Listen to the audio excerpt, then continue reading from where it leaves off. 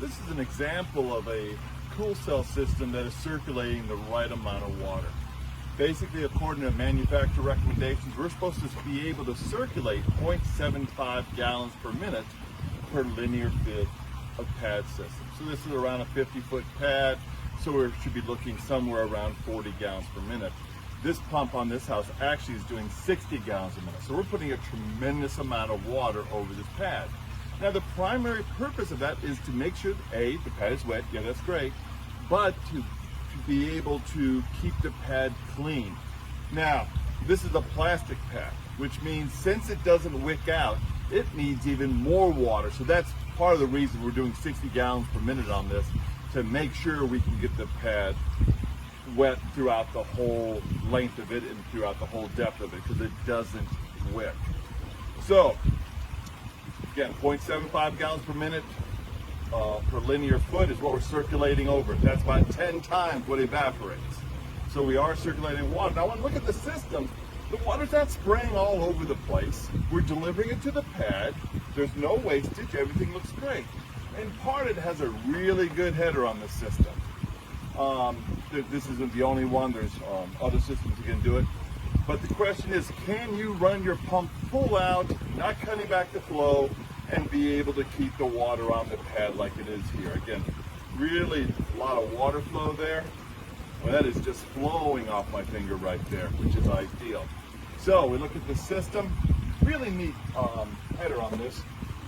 Unclip that. And all we do is pop it up.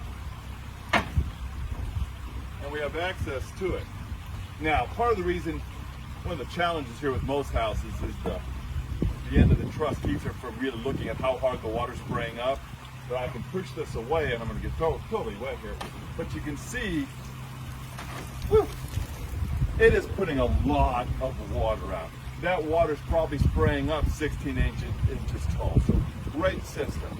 Now, the other thing to keep in mind is in order to circulate a lot of water, you need to have a really good reservoir.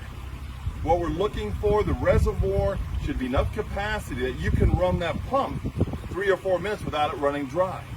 So we're looking at this system, this end of this system, should be able to have some capacity there, probably 150, 200 gallons, which this one does. So I can turn it on, have a high flow of water over that pad, get the pad thoroughly clean, keep it clean, make sure it's good and wet, and I don't have to worry about my pump running dry.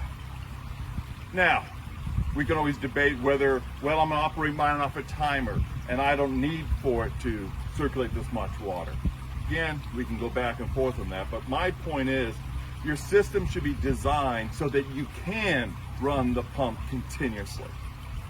That you do have at least 0.75 gallons per minute flowing over this pad. That again will ensure the pad stays clean, helps to remove minerals, helps to make sure it's thoroughly wetted, which is especially important on a plastic pad, and just basically gives you longer life and good cooling for your birds.